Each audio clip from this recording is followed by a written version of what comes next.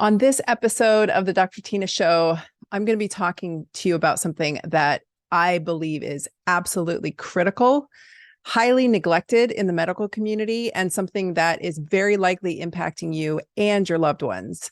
And it is the subject of fatty liver. It has recently come to my attention that the lead singer of Smash Mouth has died as of today. He was in hospice. He was struggling with fatty liver and alcoholism. And I knew immediately when I heard that he was in hospice what was going on, because I saw him, I think a year or so ago, ranting fairly incoherently on stage, and I think leaving stage or getting booted off stage. And he has always been kind of a, portly guy, but he's definitely gotten chubbier in the past few years. And I say all that because that's one of the number one risk factors for fatty liver is obesity and type 2 diabetes. And so when you combo that with alcohol, and especially alcoholism and chronic alcohol use, you're really looking at a problem. And I think that this is going to come out as absolutely what killed him. His name was Steve Harwell, and he was lead singer of Smash Mouth. And if you guys, I always think of Smash Mouth, I always think of Shrek, because my daughter loves Shrek, and that series of movies introduced my daughter to so much good music. So that really got me thinking. I completely shifted gears on what I was going to talk about today. And I thought, this is so critical that we talk about fatty liver.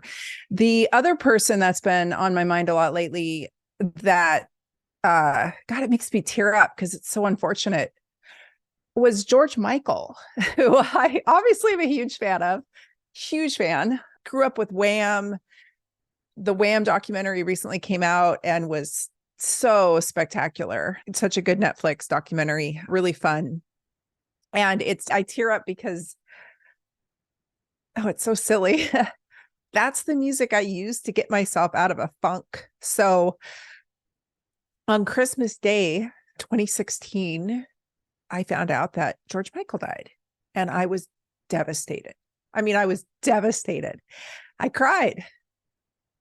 And I know my husband thinks it's so stupid. He calls it icon worship, but it's not. It's just, I was so sad to hear that he had passed away, and he was so young. He was in his 50s. And, George Michael was beautiful, beautiful, beautiful man, and such a huge sex symbol, and such a amazing icon for that time it was just a great time. It was the 80s, it was the 90s. He made beautiful videos with supermodels, and, he finally came out as being gay, and I think was one of the earlier artists to be able to, I shouldn't say even be able to, like, it was really stigmatizing for him. If you watch any of his documentaries, he had a really hard time with that. And he had created such a huge image of himself as being a male sex symbol to women and to girls. And he was always singing about girls. And so for him to actually come out as gay and really embrace who he was, it seemed like it was a hard thing for him to do. And I saw several documentaries about him since he passed talking about that. And so, it was kind of a sad life for him from what it sounded like. I obviously didn't know him, but he struggled. And in doing so, in his latter years, he became a recluse, and he stayed in his house all the time because he gained a massive amount of weight. And he drank a lot from this is anecdotal from what I've gathered. I've really researched this because I was a huge fan, and I was like, what the heck happened? How did George Michael die? Like, such a fit, healthy man. Well, it turns out in the end, he wasn't at all. And I recently saw some photos that were released of him in his last year, and he was really overweight. He was eating at a restaurant. He didn't look himself at all. And just from what folks were saying, he was embarrassed to even share with the world how his body had changed.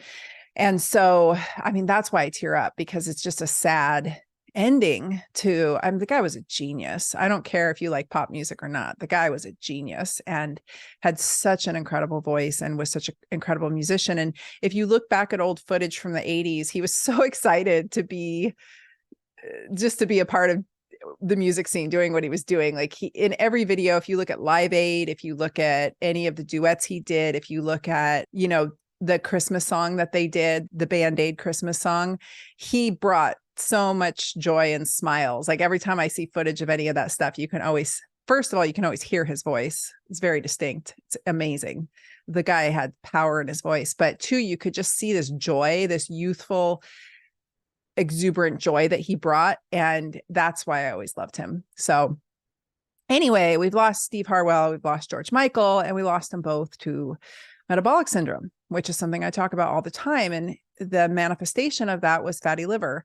And when you combine fatty liver due to metabolic dysfunction with alcohol, along with probably some, pills, Tylenol, pharmaceuticals, what have you, whether they're illicit drugs or they're prescribed pharmaceuticals, you get really bad outcomes. In fact, fatty liver is the number one cause of liver transplants at this point, specifically for women.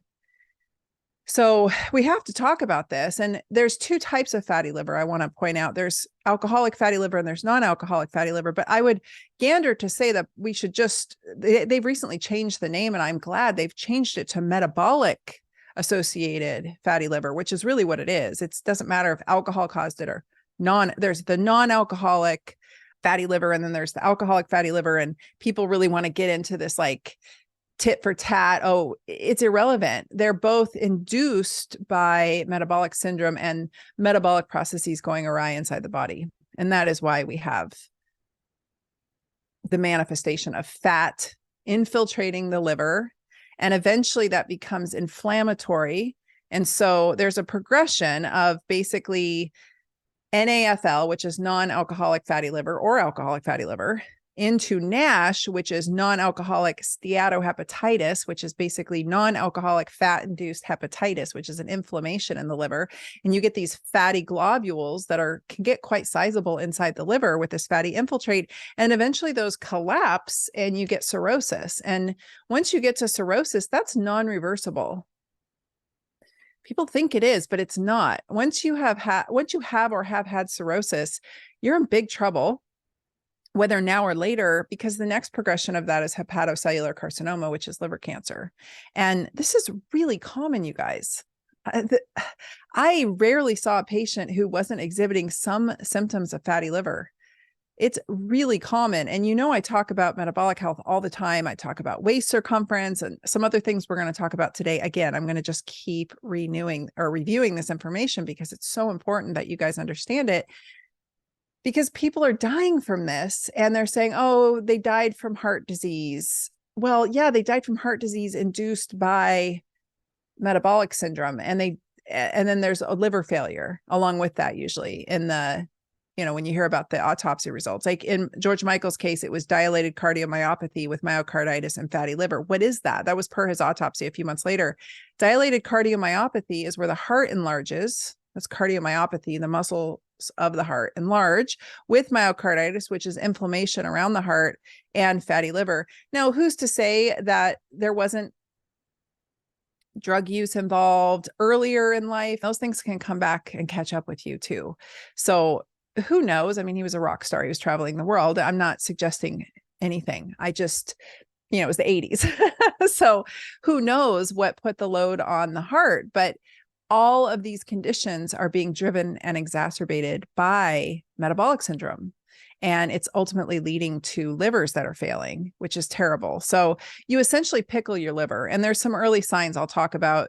Most people don't know they have it. They live with it silently. It's been way, way normalized. I remember being in practice initially back in 2008 was when I first became licensed. And I remember having patients come in regularly with a letter from their doctor that they'd gotten in the mail saying, all your lab markers were normal. You've got a little fatty liver. And I'm like, a little fatty liver? Like, that's a bad thing. That's really bad. But nobody was being told it was bad. And then they would talk to their doctor about it. And their doctor would say, it's really common. Probably the doctor themselves had fatty liver. And I'm going to give you some examples of people that you would never guess have fatty liver. It's not just obese people. It's not just people who you would think are eating maybe poorly, or maybe their adipocytes are filling up with fat. It's a whole range. I'll give you some examples of where I've seen fatty liver. Again, throw in some alcohol use, especially consistent alcohol use. It's usually more chronic, consistent alcohol use, but that could be somebody who drinks wine regularly and then throw in some Tylenol on top of it because your joints hurt or you got a headache, and voila, we have liver issues. And most of these folks who are being told they have mild fatty liver, and a lot of people in my family have it. They would tell me, they would just like normalize it for themselves. And I would try to let them know there's nothing normal or safe about fatty liver. There's nothing about this that's okay or good. We have to get this in check. We have to get it under control. 30%, actually 30+% of global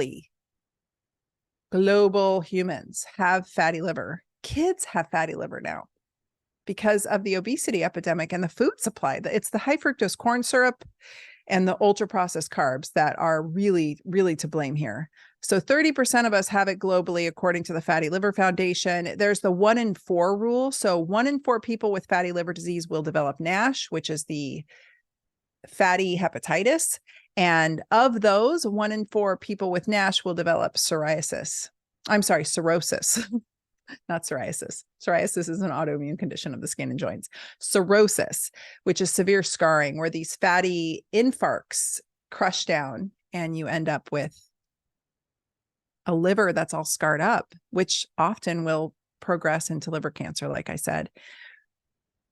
Among women, it's the most common reason for liver transplants, as I mentioned. The National Health and Nutrition Examination Survey recently, this came out, an analysis of data from 32,726 adults who participated in that study revealed that overall non-alcoholic fatty liver disease rose from 16%, only 16% in 1988 to 37% in 2018. That's an increase of 131% in just a few decades. We are in trouble, you guys. This is the most common cause of the need for liver transplant. This is it. This is the number one reason for need of liver transplants. We are not going to have enough of them. And in certain countries, if you haven't taken the juice, the intervention for the COVID, then you can't even get your transplants. And here's some really staggering statistics. Among white Americans, the rate in 1988 was 15%, which rose to 35% in 2018. That's the 133% increase. That's crazy. In African Americans, the rate was 11% in 1988. So they were doing better than us in 1988. It rose to 25% in 2018, which is a 127% increase. They're still doing better than us. In Mexican Americans, this is very concerning. The rate of fatty liver disease was 36% in 1988, and it rose to 58% in 2018. 58% of Mexican Americans in 2018 have fatty liver disease. That's over half. And I'm sure that all of these rates and all of these different groups are significantly worse since lockdowns. I would bet my money on it. That's an increase of 61%. There is a higher prevalence of genetic mutation that increases the risk for this disease in Hispanic patients. So that's to be noted. And you'll hear about this being thrown around as a genetic issue. So there are some genetic propensities, but I think it's more of like a genetic propensity towards fatty liver infiltrate due to metabolic syndrome. In Asian and Eastern Indian cultures, very concerning. So first of all, China and India have higher rates of diabetes, type 2 diabetes, than we even do here in the US, which is crazy. But if you're of normal weight or like seemingly normal weight and you're of Asian descent or you're of Eastern Indian descent, it's a phenotype, I should say. If you're packing a little weight in your midsection, it's actually even more dangerous than if you were Caucasian and packing the same weight. This skinny fat phenomenon, we call it TOFI, thin on the outside, fat on the inside. I used to be TOFI. It is folks who have that phenotype and are struggling with fatty liver actually have much higher rates of mortality and death. So it's bad. Worse outcomes metabolically than white folks. If you're of a descent where folks are generally fairly lean, build phenotypically lean, getting a little bit of weight in your midsection is even more dangerous. If you if you come from a family of really lean folks and you start packing on some midsection pounds, right in the waist area, you're going to have worse, in my opinion, clinically. I get more concerned when I see a patient like that than someone who comes from a family who tends to have a little more adipose tissue. So if you're like the tall, skinny guy with a gut, bad omens for that guy, bad cardiovascular disease risk, bad fatty liver disease risk. Those are risk factors that I take very seriously. Then if somebody comes in who's maybe a stockier build, who comes from a family line where people are maybe a little bit more heavy set. So just be aware of that. I am in that category. I'm a lean person. I'm built really lean. So when I start gaining weight in the midsection, I get very concerned and I obviously check things out. So how do you know if you have it? First of all, you just need to know if you have metabolic dysfunction. And if you do have metabolic dysfunction, which is close to 100% of Americans at this point, in 2018, it was over 94% of Americans had cardiometabolic dysfunction, some version of it. So that might be from like very, very mild metabolic syndrome all the way up to type 2 diabetes, right? Somewhere in there, 94% of Americans fell. I again, guarantee that rate is higher now in 2023. I guarantee it. There's no way lockdowns didn't, lockdowns, according to surveys, lockdowns put like 25 to 40 pounds on people, at least Americans. Doubled within 1 year of 2020 to 2021, the rate of juvenile type 2 diabetes, type 2, not juvenile diabetes, just type 2 diabetes in juveniles, doubled in 1 year because of lockdown. So we're in big trouble. So if you have metabolic dysfunction, you very likely have some signals of fatty liver starting. So you're probably getting some marbling in your liver. And how do you know if you have metabolic dysfunction? I actually have a free guide you guys can download. I will put it in the show notes. It's always in the show notes. It's on my website as well. If you just go to drtina.com, and it's the first button that you see that pops up. It's called the Assess Your Metabolic Health Guide. It's free. And what it is the international diagnostic criteria for metabolic syndrome. It is not meant to be diagnostic. It is meant to be educational, but I designed it so that you could print it out and go have a conversation with your doctor about it. So if you have metabolic dysfunction, you very likely have some changes happening in your liver. And I've seen this. This is my clinical experience. In my opinion, I've seen this with every patient, almost every patient who came in my door who had metabolic dysfunction, which was the bulk of patients, had some version of it. And it might just be a glimmer, right? We're not talking full blown. People want things to be black or white. They don't like the nuance in the middle, but we're all on a spectrum here. A very mild metabolic dysfunction to severe. Most doctors won't call it when it's mild. They will ignore it. Whereas I'm hypervigilant to the point of annoying people about it, because the beginning glimmers of metabolic syndrome usually manifest as high blood pressure starts to creep up, maybe waist circumference along with that, blood sugar starts to creep up. I slap a continuous glucose monitor on them and they're running a little bit high all day long. Their average glucose is a little bit too high.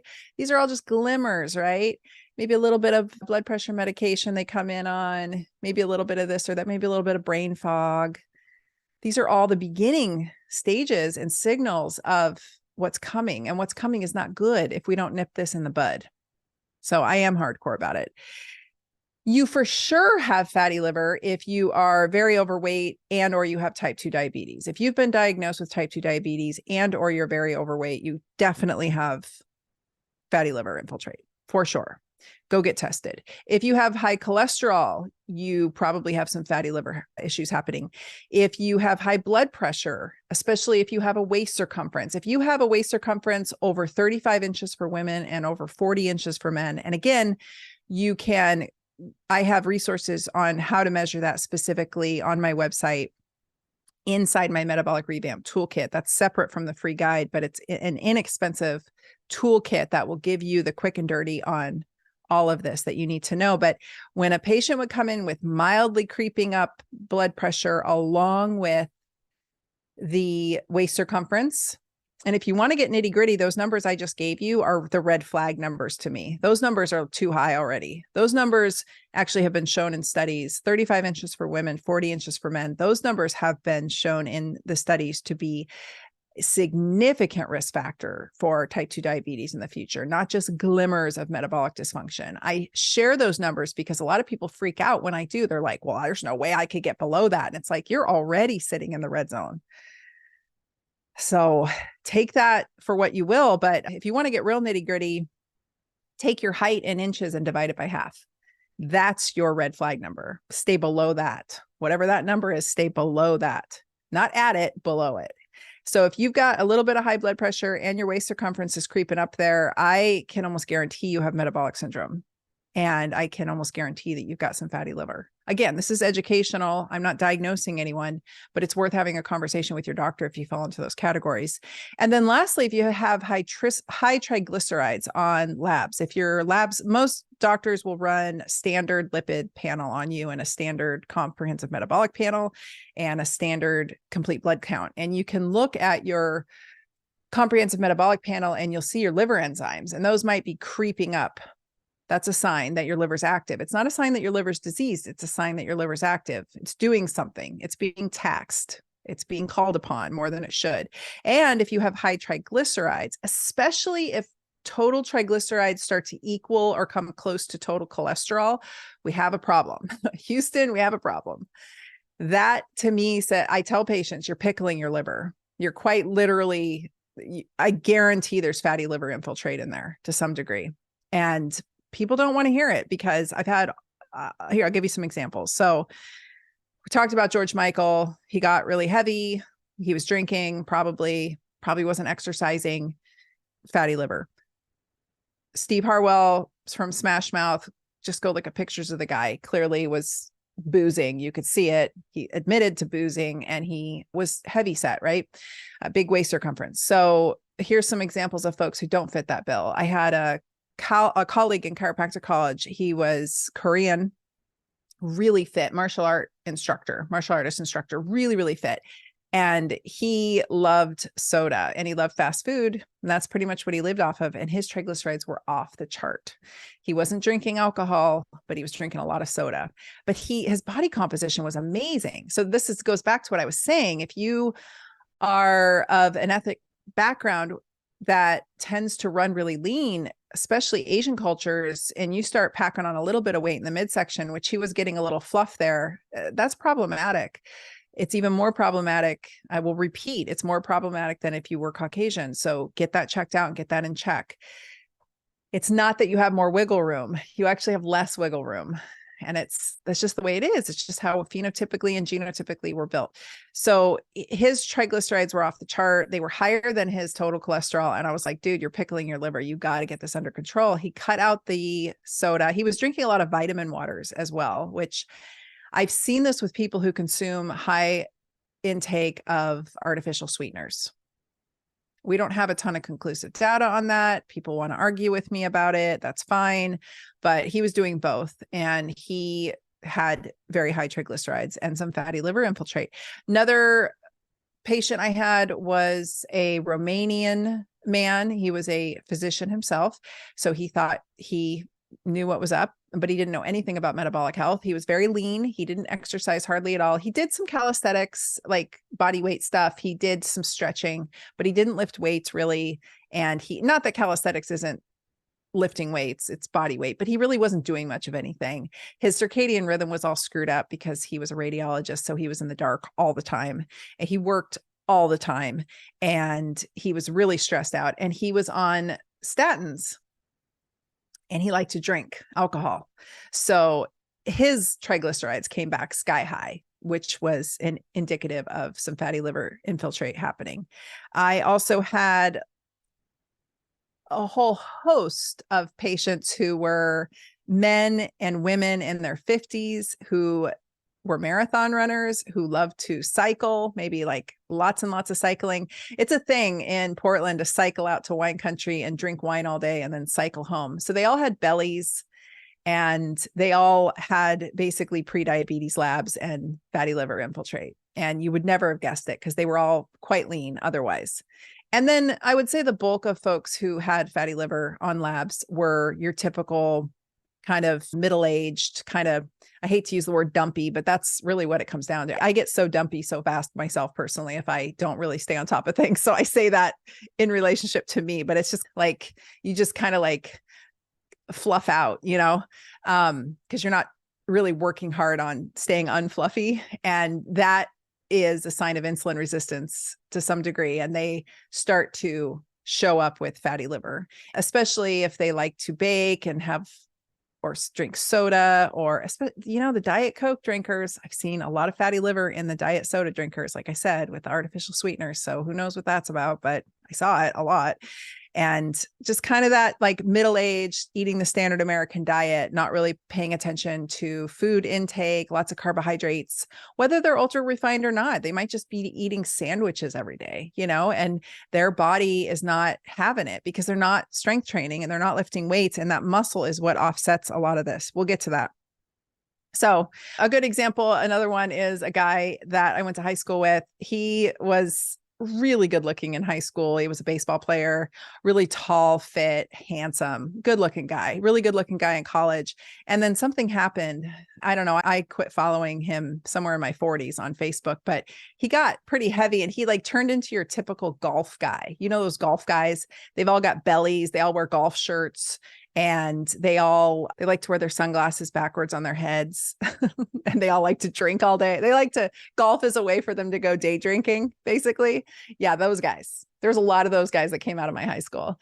And he would just show up on Facebook with like a can of soda in his hand, clearly glazed eyes from drinking all day. And he turned into such a jerk that I unfriended him. But he said something really snarky to me once on somebody else's feed. And I just wanted to be like, have fun with your fatty liver and diabetes.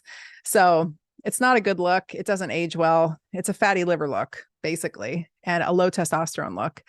All right. So another thing that caught my attention recently, in June of 2023, NBC News posted an article, and they were actually looking at that survey I shared, the National Health and Nutrition Examination Survey. And their headline was "Rates of non-alcoholic fatty liver disease are soaring, study finds." They start off by saying certain genes and metabolic disorders such as obesity, diabetes, and high blood pressure may raise the risk of the most common cause of liver disease. All right, so let's break that down. Certain genes. I love how they start it with certain genes. I think your genetic profile is the least concerning part of this. This is, in my opinion, 99.9% lifestyle induced. So we're going to leave genes out of it. Yes, there are certain groups of people that are going to be more genetically inclined to suffer from the impact of metabolic syndrome, but we're not going to say that genes are driving this, because I'm so tired of hearing about obesity and metabolic syndrome and all these things being genetic. That's nonsense. There might be a genetic propensity, but this is lifestyle induced. Not judging anyone, because a lot of people don't even know. I had many, many patients in the Hispanic community who just didn't know that traditionally they're eating a ton of corn, right? It's cultural. And I had to take them off tamales. It was just too much corn. There's a lot of corn happening in some of these dishes. We're not talking just thin corn tortillas. We're talking a lot of corn. And that's driving this, because a lot of this corn is genetically modified as well, right, guys? So it's not just the food's fault. It's also the United States fault. It's Monsanto's fault. There's a lot of faults here, but it's not just genes. So we have to look at what we're putting in our mouth regularly and the carbohydrate intake we're having, and then our exercise output. But they go on to say, such as obesity, diabetes, and high blood pressure. I'm going to break that down even further. The diabetes and the obesity are driving each other, and the high blood pressure is a result of that. The high blood pressure doesn't cause fatty liver. The high blood pressure is a resulting symptom of the obesity, diabetes situation. The rates of non-alcoholic fatty liver disease, which can lead to life-threatening conditions, including cirrhosis and cancer of the organ, have been soaring over the past 3 decades, a new study finds. That was from this article on NBC News. So I was very happy to see that they were talking about this, but they really didn't give anybody any help. They kind of said, eat more vegetables and exercise. That was it, which is not terrible, but it's not great. So in 2020, they started talking about fatty liver as the non-alcoholic version, as calling it metabolic associated fatty liver disease. But remember, I think both of the alcohol and the non-alcohol version there's a lot of overlap, because there's a lot of people with metabolic induced fatty liver disease or metabolic associated fatty liver disease who are drinking a lot of alcohol. So it's not one or the other. The whole thing's driving the metabolic syndrome.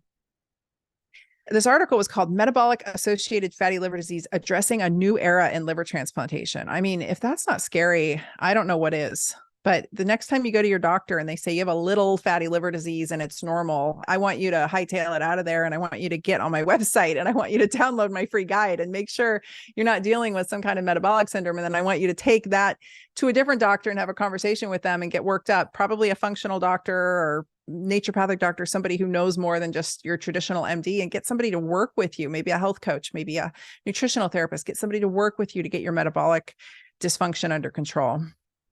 I've also got, like I said, my metabolic revamp toolkit, which is everything you need to get started. If you're a self-motivated person, everything you need to get started is in there. If you're not a self-motivated person, at least grab it, learn, and then find somebody to help walk you through the process. But really, it comes down to a few things that I'll cover at the end of this. The global in 2020, the study, they had a line in here, the global prevalence of metabolic associated fatty liver disease, it's a mouthful, was estimated at 25% in 2013, rising from 15% in 2005. And so, we have the most recent data showing it's jumped even further. Obesity and type 2 diabetes coexist in 51 to 60% and up to 76% of individuals with fatty liver disease, respectively. So let me say that again, since I just mumbled it. Obesity and type 2 diabetes coexist in 51 to 60% and up to 76% of individuals with fatty liver disease. So these are driving the fatty liver disease. The peak age group affected is 45 to 62 years old. However, it is also a disease of the older patient, with over 40% of people over the age of 60 years affected. So as folks get older, we've talked about this before on past episodes, as we age, we become more metabolically busted by the simple act of aging and inflammation. It's called inflammaging, right? And there is this low-grade metabolic syndrome that comes with it no matter how hard you try. And the only way to offset that, in my opinion, is through muscle. And I'll tell you why in a second, but muscle is it. This is why muscle is non-negotiable. The more frail you become as you age, the more inflamed you're going to become, the more insulin resistant you're going to become, and the more metabolically busted you're going to become, and the more fatty liver risk you're going to have.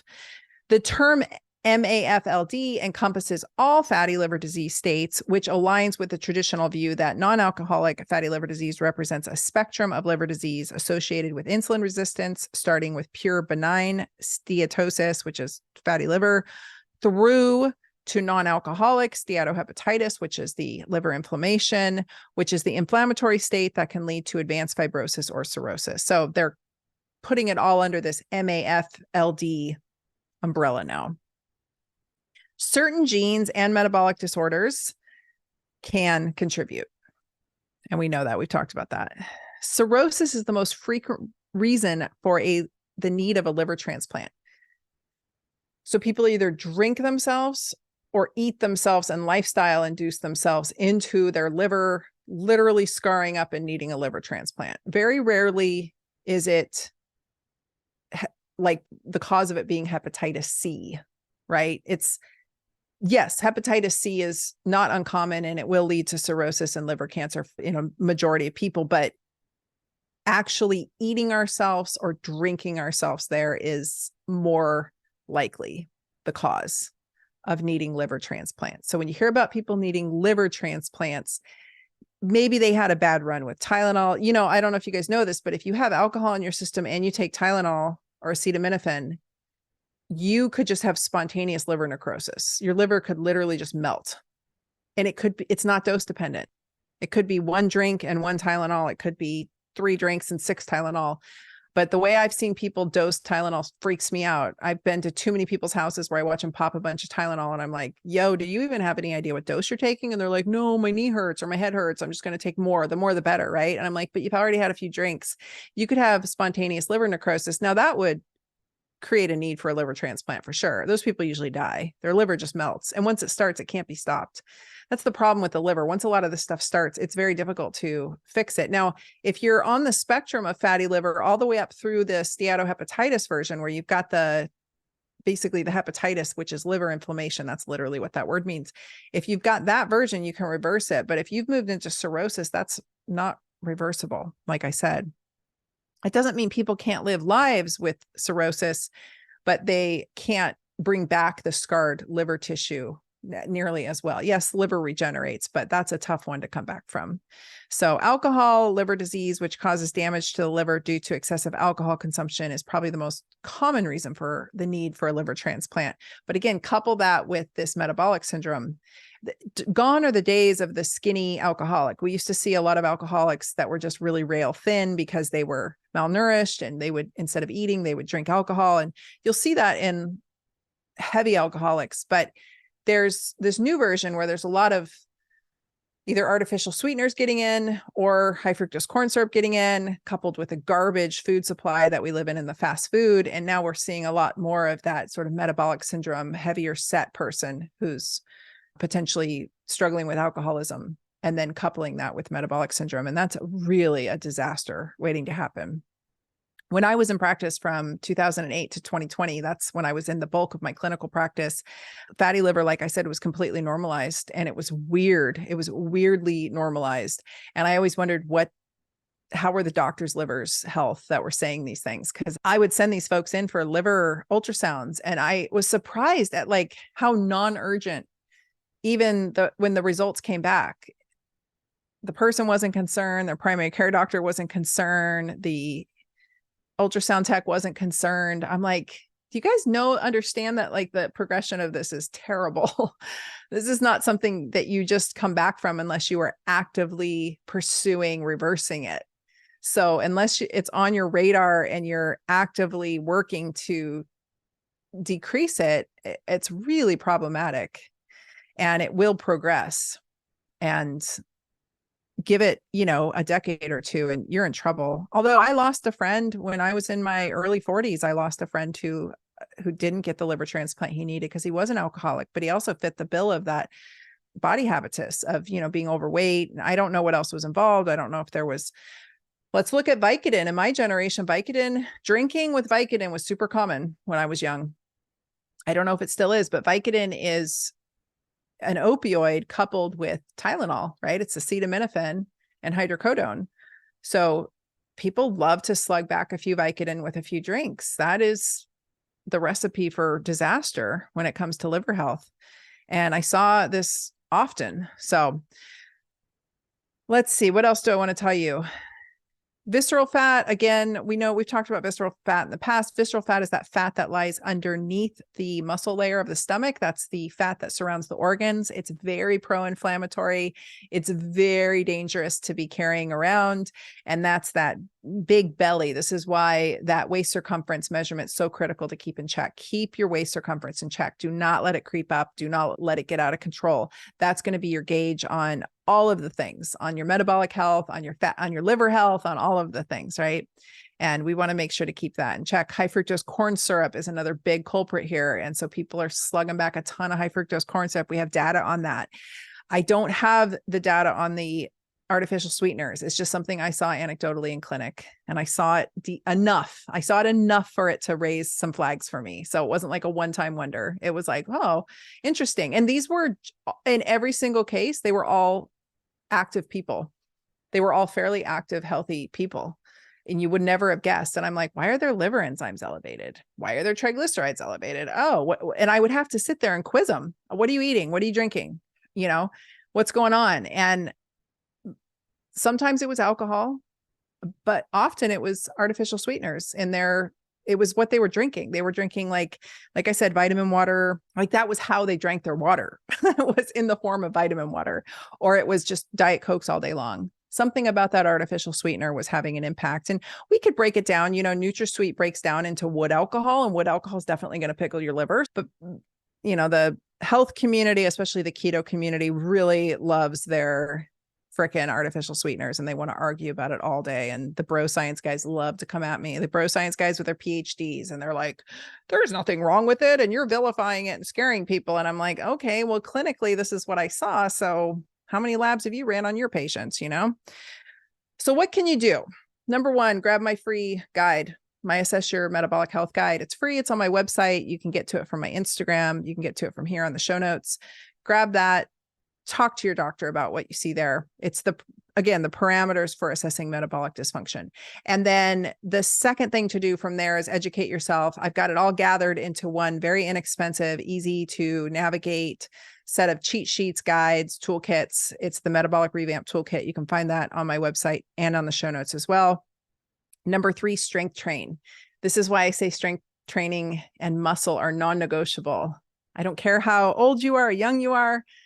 You have to be lifting weights several times a week. It's not the exercise specifically. Yes, exercise is great for you. Exercise in any form, moving your body, sweating is great for you. The act of contracting muscles, well-trained skeletal muscles, actively contracting them sets off a cascade, a biochemical cascade that is unmatched and is absolutely critical for mitigating and modulating your metabolic health, your mitochondrial function, your insulin resistance propensity, or keeping insulin resistance away, I should say, your cellular biochemistry, your engine. It is, you have to actually contract skeletal muscle to set off these cascades. So these are mechanisms that only happen through strength training. And without getting all nerdy on you, and I'll do that in another episode, I'll break down the whole pathway for you if you want. But long story short, you have to be strength training. It's absolutely critical to have muscle on you, well-trained skeletal muscle. One of the most prominent and studied mechanisms of fatty liver is insulin resistance. And insulin resistance cannot be overcome without muscle mass. I firmly believe that. You can keto and diet your way, low carb diet your way into a thin phenotype, but you're just going to end up, your body composition is what matters here. If you're obese and you keto and low carb your way down to a smaller version, let's say you started out as 20%, 30%, 50% muscle. I'm just giving you, this is not accurate, but I'm just giving you general ideas. Let's just say half and half. Let's say you were half fat, half muscle, or lean tissue. When you shrink down, I don't care how you got there. When you shrink down, you're still going to be half and half. What we want is a huge amount of muscle mass and a very small amount of fat. So unless you strength train, you can't change the composition any. And this is so important to understand that I'm going to repeat it. I don't care if you lose a ton of weight. That's awesome. That's great, because fat itself is super inflammatory and not good for you. Adipocytes and the chemicals they secrete, adipokines, are so pro-inflammatory and so bad for your health overall. But this is why Ozempic and drugs like Ozempic, GLP-1 agonists, which I'm going to do a whole episode on, which I think honestly, and if used appropriately, are miracle peptides. But the reason that we're seeing the problems that we're seeing is because people aren't strength training. People are just shrinking, and their crummy body composition is just shrinking into the same crummy body composition. And so they're simply becoming a smaller version of what they already were, which isn't really that helpful. Oh, we lost the light. We lost our lighting. Hold on. Let me pause this and get that light back up. Okay, that's good. Okay, I'm going to back up because I don't know when the light went out. So if you are using any tool to lose weight and you're not offsetting the weight loss with strength training, you're just going to become a smaller version of that already kind of crummy, non-ideal body composition. So we want to shift our body composition from one of mostly fat and some lean muscle mass and, you know, bones and other lean tissue to one of high muscle mass. And the only way to do that is through strength training. But again, the act of contracting skeletal muscle and having healthy skeletal muscle on our body and using that skeletal muscle not only offsets insulin resistance in ways that I can't even, it would just blow your mind how effective it is. There is this concept called hepatic de novo lipogenesis, which is the biochemical process of synthesizing fatty acids from acetyl-CoA subunits that are produced from a number of different pathways within the cell, most commonly carbohydrate catabolism. And that whole pathway is intimately related to insulin resistance, and it's all offset by muscle. So I'll leave it with that. That's how important muscle is. We can't have the pathways working, and we can't have de novo lipogenesis and hepatocytes working optimally and not overdoing it. That's how we get fatty liver, is that de novo lipogenesis. We can't have that system in check without skeletal muscle. Again, cut out the high fructose corn syrup, cut out the booze, cut out the ultra processed carbohydrates. I don't know how many carbohydrates you can eat. That is completely individual, and it's up to you and your healthcare professional to figure out based on your labs and based on your response to the efforts that you're having. Don't just follow somebody on Instagram, and don't just follow exactly what I'm saying. And this is individualized care, and it's really important. If you do have fatty liver, if you are struggling with excess weight, if you are struggling with insulin resistance, it's really important that you work with somebody. Lose weight. Get your waist circumference down. I know it's easier said than done. I'm going to do a whole episode on GLP-1 agonists, you guys, because I'm semaglutide and tirzepatide. I've been knee deep in the research, and I'm blown away with how amazing these drugs can be if used correctly and done appropriately. They're just not being done appropriately. And this is where we're getting this big divide of people saying, oh, it's garbage. It's not the solution. If you're 40, 50, 100 pounds overweight or more, let's give you a leg up, right? Like, I'm a big fan of using what we need to use to kickstart the process, but let's do it right. So I'm going to talk about that in an upcoming episode. Definitely, if you're dealing with fatty liver, any liver issue, stop taking Tylenol. Stop. Don't take Tylenol ever again. I cannot remember the last time I had a Tylenol. I avoid it at all costs. It's in my opinion, it's an incredibly dangerous drug. It is responsible for a massive amount of liver failures in this country. I don't think it should be over the counter. I think it's an incredibly dangerous drug. Avoid stressors to your liver like other drugs. So talk to your doctor about some pharmaceuticals, or you can look it up yourself. Go to I think it's drugs.com. And you can look up your drugs. You can even Google and find out what the impact is on your liver. What nutrients are they depleting? You should know what you're taking, and you should know what it's doing to your body. But I will tell you, statin drugs in particular, some of the older generation statin drugs, really, really, really heavy on the liver. Bad news on the liver, not great. And then sometimes we're taking drugs which are inhibiting liver pathways, liver clearance pathways, detox pathways. And then we're doing other things like drinking alcohol, or maybe we're hairdressers and we're being exposed to a lot of chemicals in our day-to-day, or maybe we're textile workers, or who knows? I mean, this is real stuff, you guys.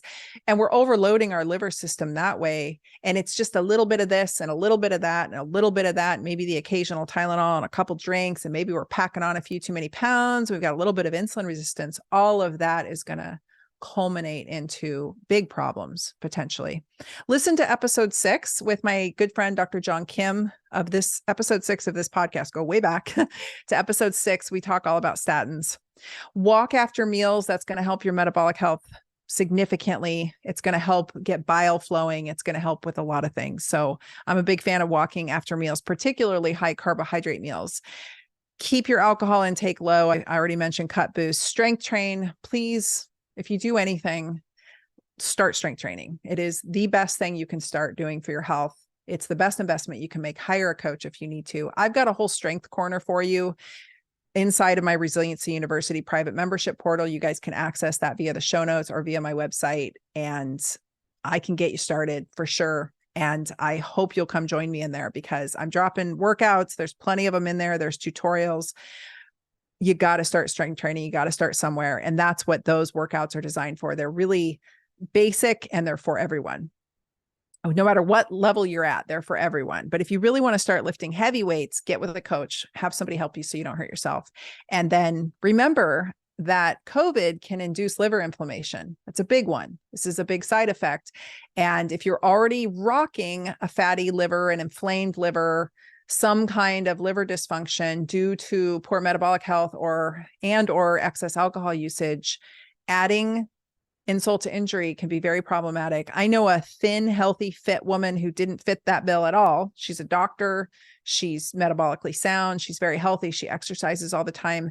She had very severe liver issues with early COVID when it first hit the scene, and very, very devastating experience. She came out of it, thank God, because the liver has the opportunity to regenerate. But I think a lot of the reason people are having troubles is because they're sitting in this low grade chronic inflammation, metabolic syndrome, obese state. We know that. We know those are the comorbidities. But then on top of it, they're rocking a fatty liver and they walk into COVID, and it's really, really challenging on them. And so we don't we don't want that to happen to you. We want to be prepared as we go into winter. And it's not because I'm scared of COVID or this new strain by any means. I talked about that last episode. You can listen to it. It's because upper respiratory season is upper respiratory season, and viruses do funny things inside the body, especially inside of an inflamed body. So that's what I'll leave you with. I hope that's helpful. That's my major breakdown of fatty liver and the massive epidemic that I believe it to be. And I hope you guys will take heed to my warning and go get yourself checked out. Make sure that your doctor fully assesses you. They can do so through lab work, through some imaging. And really, again, if you just fit that bill, I would assume that you would have it and start living the kind of lifestyle that's going to be contrary to that. That's going to get you in good health. So I will bid you adieu. Thank you so much for listening. As always, if you have questions or insight for the podcast, you can email us at podcast@drtyna.com. That's DRTYNA.com. And please head to your favorite podcast player. I like Spotify. I really love if you'll do this on Apple Podcasts, because that's where we get the most reach, and rate, review, and subscribe to the podcast so that you guys can be notified. You can also subscribe to my Substack, which is where I host the podcast, and I have blogs there. I have blog posts about health and all kinds of things. That's my uncensored blog and podcast area, and you guys can subscribe there and you'll get emailed when a new episode is released. So I will bid you adieu. Thank you.